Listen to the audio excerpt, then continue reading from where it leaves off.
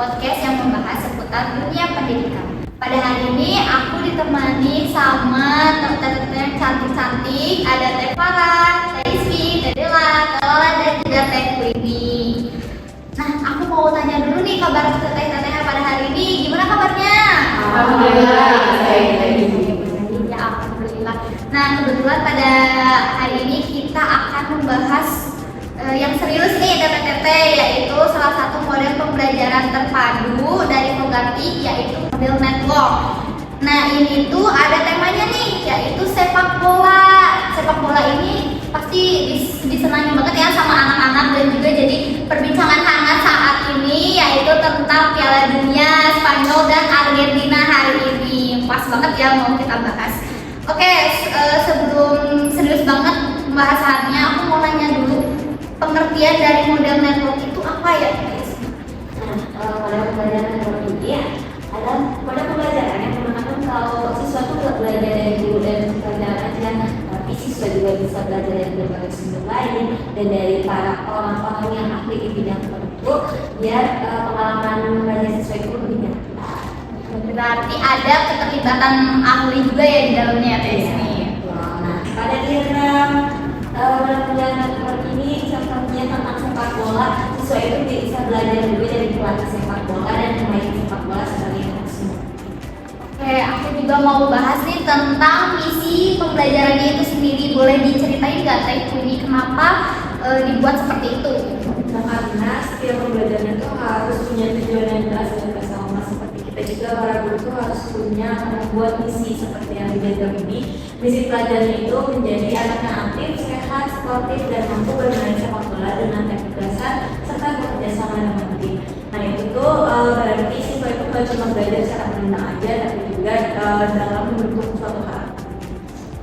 Oke, kalau ngomong-ngomong tentang mata pelajaran nih, ya kan di sini tuh ada gabungan dari mata pelajaran. Nah, itu kan saling terhubung. Boleh bantu dijelasin nggak, Teh Dela, itu tuh maksudnya kayak gimana ya? Boleh. Jadi bisa kita lihat gitu ya, diagram paling atas yaitu learner atau si siswanya, bagaimana mereka mendapatkan ilmu dari gurunya mengenai beberapa mata pelajaran utama, ada PJOK, matematika, bahasa Indonesia, dan juga IPAS. Untuk di PJOK sendiri yaitu mempelajari bagaimana teknik dasar sepak bola, lalu di matematika juga bagaimana kita menghitung skor waktu pertandingan gitu.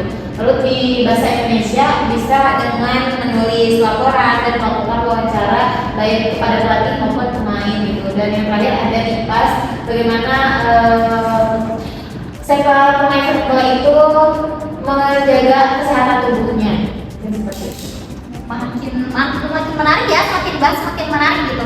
Nah, sekarang aku mau tanya sih, kenapa kalian itu memilih pelatih sepak bola sebagai ahlinya gitu? Teh Farah, coba. Oke, kenapa pelatih sepak bola? Karena pelatih sepak bola itu lebih paham dan pelatih sepak bola bisa mengajarkan tentang teknik permainan, strategi permainan, terus juga bisa mengkomunikasikan efektif dengan tim gitu ya. Jadi kerjasama dengan tim itu harus terjaga seperti itu. Dan pengalaman dari pelatih sepak bola juga membuat pembelajaran menjadi lebih nyata seperti itu.